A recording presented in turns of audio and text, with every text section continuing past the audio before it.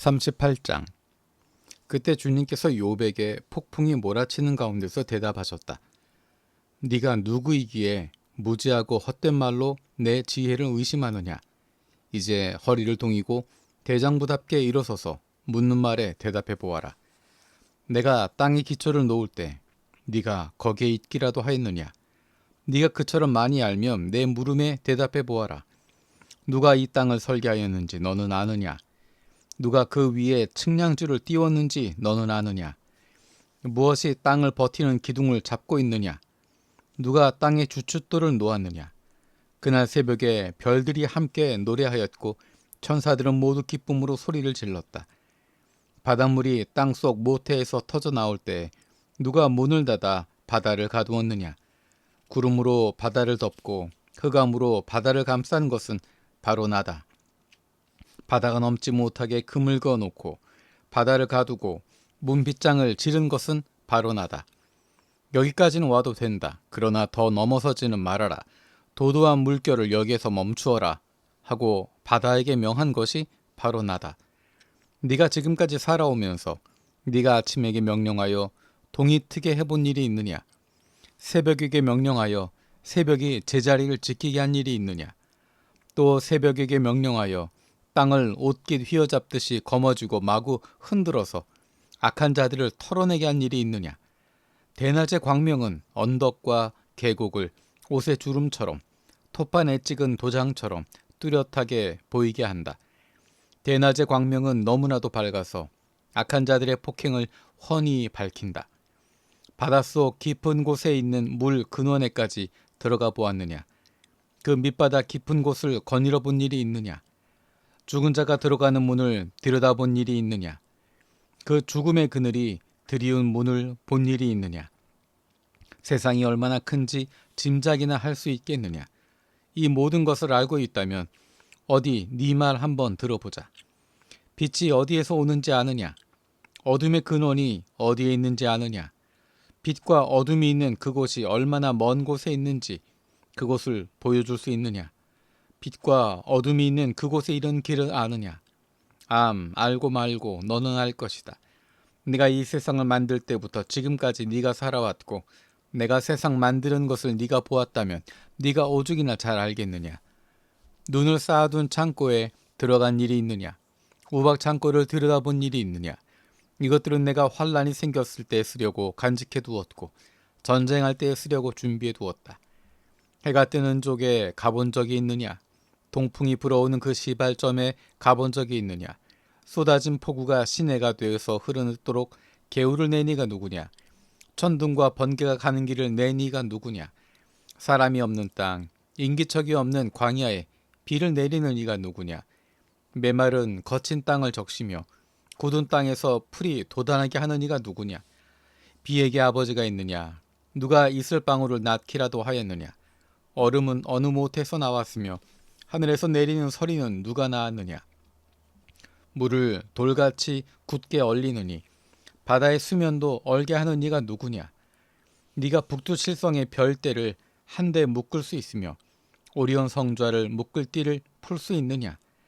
네가 철을 따라서 성좌들을 이끌어낼 수 있으며 큰 곰자리와 그 별대를 인도하여 낼 수 있느냐. 하늘 다스리는 질서가 무엇인지 아느냐. 또 그런 법칙을 땅에 적용할 수 있느냐.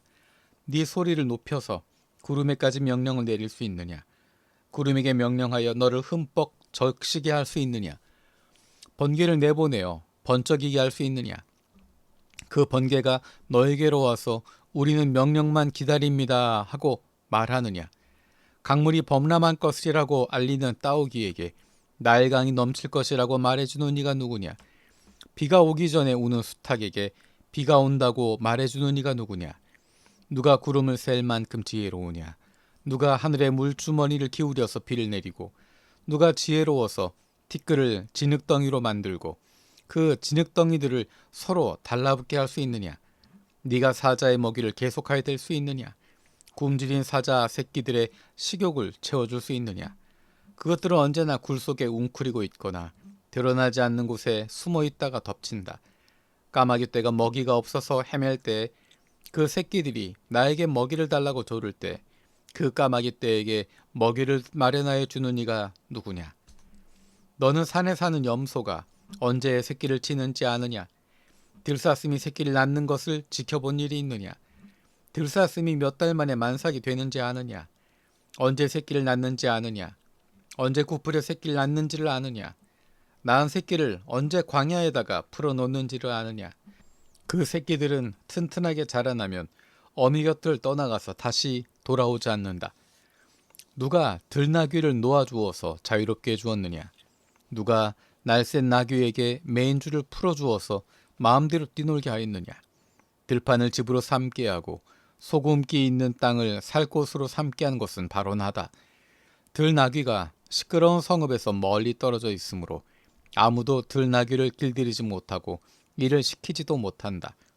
산은 들나귀가 마음껏 풀을 뜯는 초장이다. 푸른 풀은 들나귀가 찾는 먹이다. 들소가 네 일을 거들어 주겠느냐? 들소가 네 외양간에서 잠을 자겠느냐? 네가 들소에게 쟁기를 매어 주어서 밭을 갈게 할 수 있느냐? 들소들이 네 말을 따라서 밭을 갈겠느냐? 들소가 힘이 센 것은 사실이지만 네가 하기 힘든 일을 들소에게 떠맡길 수 있겠느냐? 들소가 심은 것을 거두어 들여서 타작마당에 쌓아줄 것 같으냐?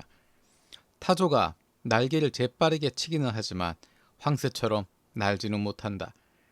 타조가 땅바닥에다가 알을 낳는 것은 흙이 그 알을 따뜻하게 해주기를 바라기 때문이다. 그러나 그 알이 발에 밟혀서 깨어질 수 있음을 알지 못한다. 들짐승이 그 알을 짓밟을 수도 있음을 알지 못한다. 타조는 알을 거칠게 다루기를 마치 제가 낳은 알이 아닌 것 같이 하고 알을 낳는 일이 헛수고가 되지는 않을까 하고 걱정하지도 못하니 이것은 나 하나님이 타조를 어리석은 짐승으로 만들고 지혜를 주지 않았기 때문이다. 그러나 타조가 한번 날개를 치면서 달기만 하면 말이나 말 탄 사람쯤은 우습게 여긴다. 욥은 대답해 보아라. 말에게 강한 힘을 준 것이 너냐? 그 목에 흩날리는 갈기를 달아준 것이 너냐? 네가 말을 메뚜기처럼 뛰게 만들었느냐? 사람을 두렵게 하는 그 위세당당한 콧소리를 네가 만들어 주었느냐? 앞 발굽으로 땅을 마구 파대면서 힘껏 앞으로 나가서 싸운다. 그것들은 두려움이라는 것은 모른다. 칼 앞에서도 돌아서지 않는다.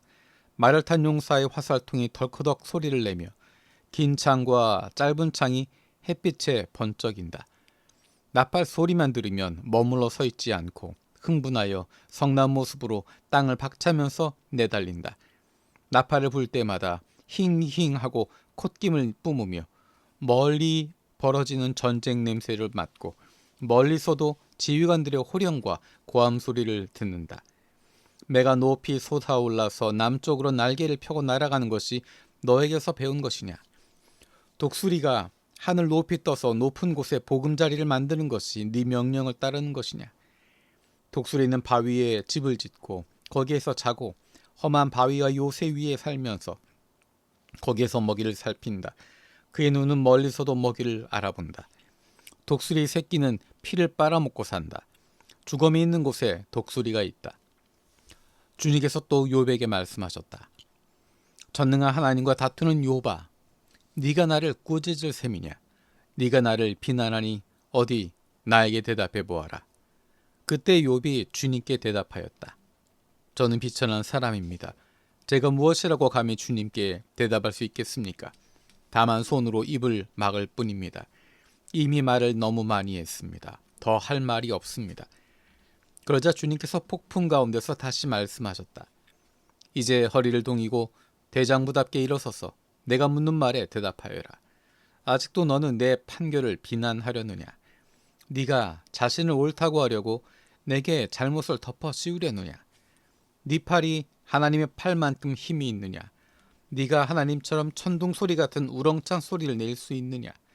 어디 한번 위엄과 존귀를 갖추고 영광과 영화를 갖추고 교만한 자들을 노려보며 네 끓어오르는 분노를 그들에게 쏟아내고 그들의 기백을 꺾어보아라.